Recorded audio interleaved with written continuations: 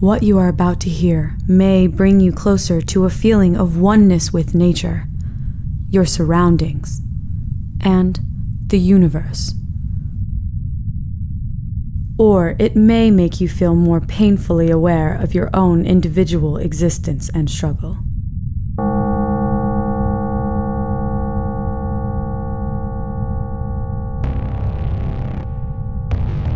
Greetings from Kakos Industries. As you probably know, I am Kakulantis III, CEO of Kakos Industries. It has been 3 months now since I took over after the death of my grandfather, and with the exception of a few bumps here and there and one significant failure to bring about the darkest universe, I would say that things have been going well for Kakos Industries. Things are only going to get better though, or worse, depending on your perspective. Either way, we make money. I must remind you, as I always do, that this broadcast is exclusively for the shareholders of Kakos Industries. If you are listening to this broadcast and you are not a shareholder, then it would be best to avoid hearing any more and to immediately get blackout drunk. The memory of hearing this broadcast itself contains a virus that will eventually eat away at your subconscious.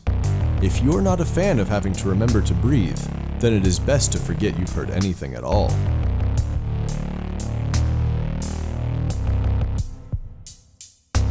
This broadcast is coming to you from an echo trapped in a box. We've reached the beta stage of our new GMO echo tree, the wood of which can contain vibrations indefinitely. The box you've received has been crafted from this wood, but as I said, it's in the beta stages, so there might be some problems. The Echo Tree project is in permanent beta because it will never be improved upon. The Echo Tree Forest, located at the Kakos Industries North Branch, recently encountered some difficulties when one staff member murdered all of the other staff members and burned all of the notes associated with the project. I am told that one staff member stubbed his toe walking through the woods, and his screams of agony echoed for so long that his own screams drove him mad. The sounds that the trees pick up fade as they pick up new ones, so any screaming that you hear now is not the screaming from a stubbed toe, but the screaming of being mercilessly axe murdered. We have sent in our best body collectors who happen to be deaf, who have successfully retrieved the bodies, but have since complained of a certain cold vibration inside of their bones. Let the Echo Tree Forest be an everlasting and stentorian reminder to us all not to enter the Echo Tree Forest.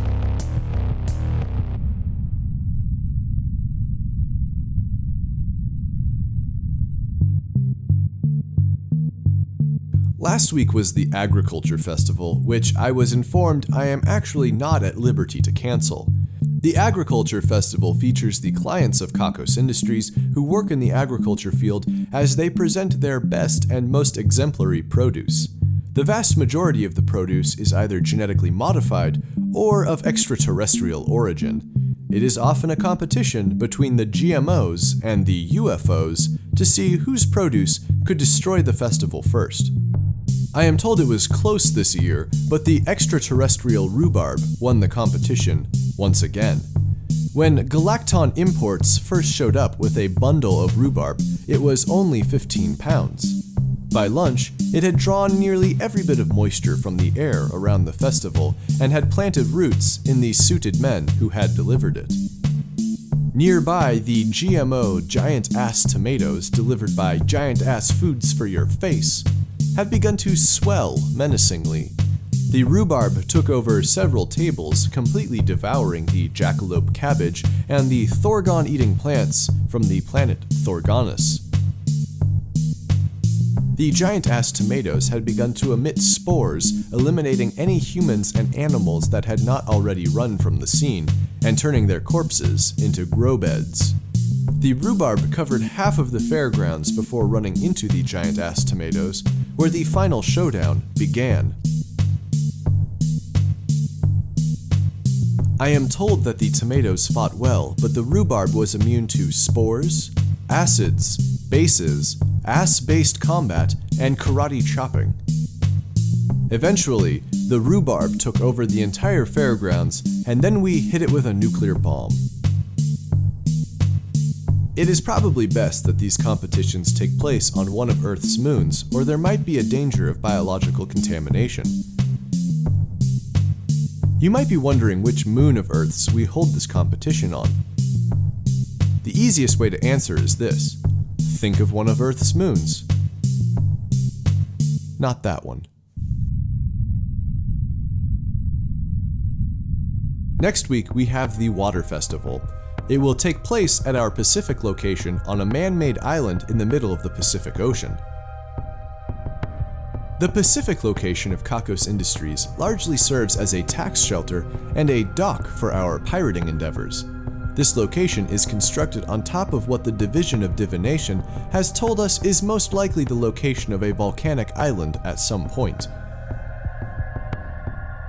We built Kakolantis as an experiment into radical forms of society, and the experiment did not go well. We gathered a number of anarcho-capitalists, put them into the underwater city with no regulation of any kind, gave them an overpowered private police force, and then we stopped communicating with them at all. We watched, however.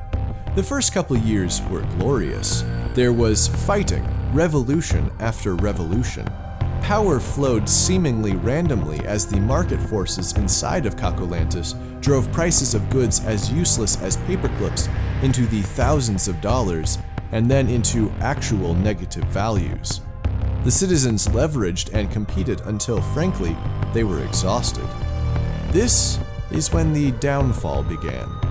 The markets slowed and eventually faded. The competition for food and survival was eliminated as the prices fell.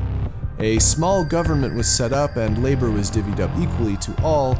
Since then, Kakolantis, or Prosperiana as they have since renamed it, has been a successful community with a legal system that is fair to all, no war or conflict, and a system for removing psychopaths from the population before they can do harm. They are on their second generation born since they lost contact with the surface, and everything looks good. Disgusting. The Water Festival gives us the opportunity to check and make sure that they are still there and that they haven't maybe killed each other like we'd hoped. We've considered implanting some negative ideas or maybe just drowning them all, but Kakulantis serves as a necessary scar on Kakos Industries that reminds us why we're here and why we do what we do. It is truly evil's evil.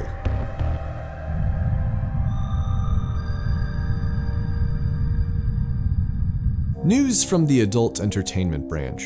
You may remember that the AEB was working on a new hull. The project, as we all know, fell through when some people died. The good news is that all of the pornographic materials produced with the new hull have been leaked onto the internet. Now, this erotic new orifice is out there in the public imagination, but no one can have one. It seems that the potential for profit has been somewhat reduced, but I think we can all rest a little easier knowing that these images will haunt the unsuspecting masturbators of the world for a long time. The AEB has since been working on a new sex toy that will ruin you for other people and other toys. So far, the AEB has developed a couple of new devices, and while some do bring about lasting insensitivity in participants, so far no one has been ruined. I have suggested to the AEB that they might benefit from trying to somehow replace the body parts of the subjects with cybernetic organs that are hypersensitive, or tapping directly into the pleasure center of the brain. They told me they would take those suggestions into account, but in the meantime, they had discovered a new pulse pattern that just might do it. It is said that no good scientist ever experiments on him or herself. Perhaps this should be a rule at Kakos Industries as well.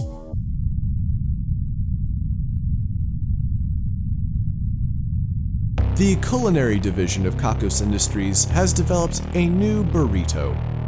This burrito, like many others, will contain meat of some kind, a choice of beans, rice, sour cream, and potentially guacamole. Unlike other burritos, this new burrito will not leave the consumers feeling happy and satisfied. Instead, this burrito will replace the elation and fulfillment that diners expect with a sort of dark, sinking feeling.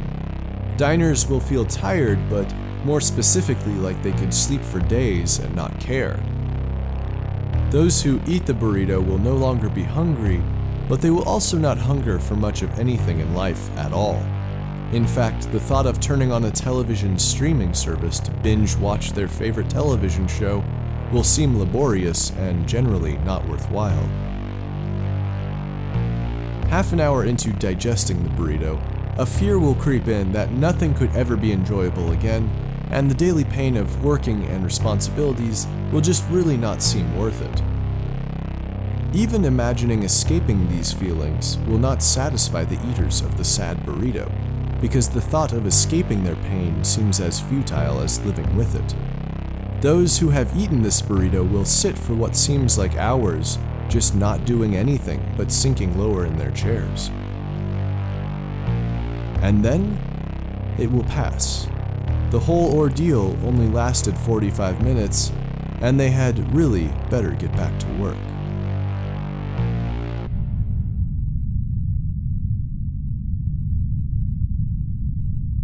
The Kakos Industries division of motor vehicles has introduced windshield weepers. Unlike windshield wipers, windshield weepers serve to moisten the windshield of a car and just generally make the outside of the vehicle resemble the emotional tumultuousness just inside. We are, of course, speaking of the emotional state of the vehicle itself. Go ahead, let it all out. The Valkyrian division has developed a new type of club. Like most clubs out there, it is a large piece of wood. They have called it the Bludgeoner 3000, and it has been mathematically perfected to cause the most harm in anyone struck by it. Tests have shown that the Bludgeoner 3000 exceeds blood splatter standards by a factor of 10, is 30% easier to swing, and has that nice grip texture not found in nature. The Valkyrian division has not yet decided with what weapons World War III will be fought, but they want to make sure that World War IV is fought with Kakos Industries' sticks and stones. They say that necessity is the mother of invention. It is for this reason that we have created the Division of Desperation. As you may know, research and development can take years for developing even simple products and innovations. We here at Kakos Industries believe that this is because the scientists and engineers involved in the extensive R&D process don't have the right kind of incentive. For them, developing new polymers or designing new structures might not seem like a matter of life and death, and that is where so much of their energy is wasted. How would you design an inexpensive parachute from available materials better than by giving an engineer 10 minutes to do so before being thrown from a plane? What better way to cure radiation poisoning than by partially cooking several radiologists? And don't worry about distractions like seeing their families and spending what time they have left doing things that they love. That seems a lot like giving up. So we've eliminated those possibilities. In fact, if they want to see their loved ones again, then they had better cure their blood disease before the painkillers wear off. If you've ever wondered why schools give so much money to science and engineering majors, it's because we here at Kakos Industries buy them by the dozen.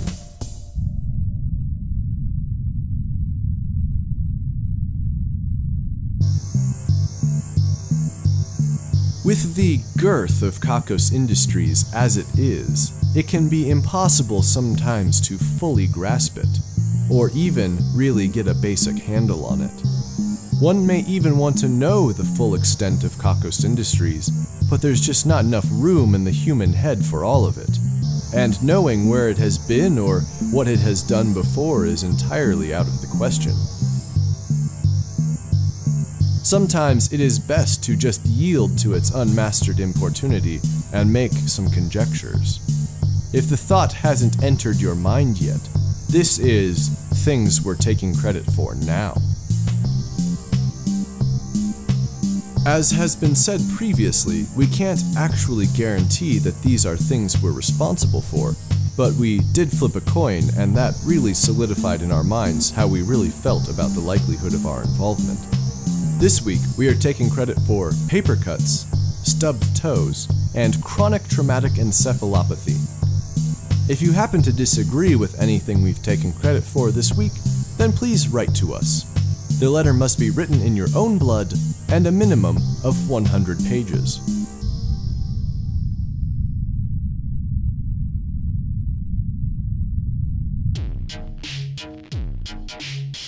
The winner of this week's Ruin a Life contest is Jan Stan, and thus her enemy Bob Cobb's life will be ruined.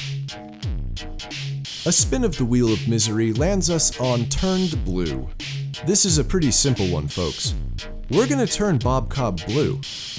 It will be a gradual process, but in a year or so it will be undeniable. Bob Cobb will be blue. His new skin tone will fall somewhere between the sky on a summer afternoon in the Caribbean and blue Curacao. Friends and family close to Bob Cobb may not immediately notice the difference as his skin changes, but spending a couple days away and returning will make the change more noticeable. Bob cannot be fired from his job for this, but it will make it more difficult to promote him, the blue freak that he is. Photos taken of Bob will be difficult to alter to make him look more natural, and I am told that any children he has after the change will be partially blue as well. This isn't just dye. His genetics will be altered to include our brand new Kakos Industries brilliant blue gene sequence.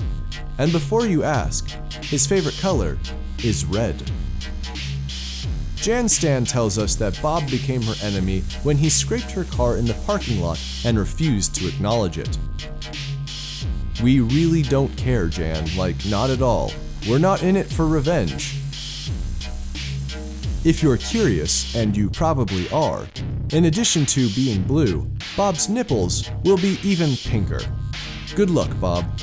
For good measure, Jan's nipples will now be blue. Some people are into that. Congratulations on the win.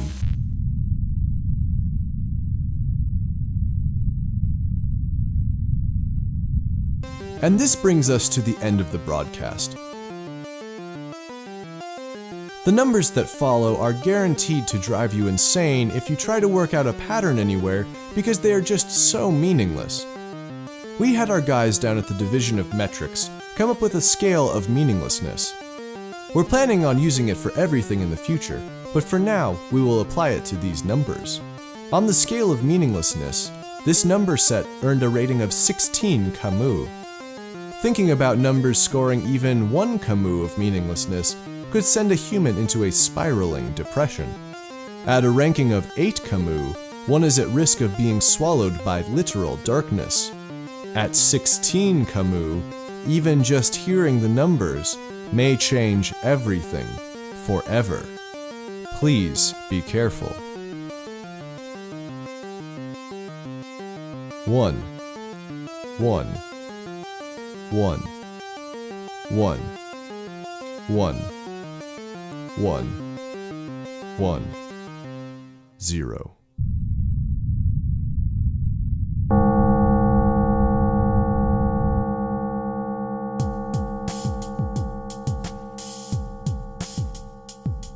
Kakos Industries is written and produced by Conrad Mishuk, who is also the voice of Corin Deeth. The introduction is read by Kim Aiello, and the credits are read by Hannah Jones. Check out kakosindustries.com for more episodes. There's also transcriptions if you'd rather read the Kakos Industries announcements. That's KAKOSINDUSTRIES.com. If you're feeling down after this broadcast, have you considered not feeling down?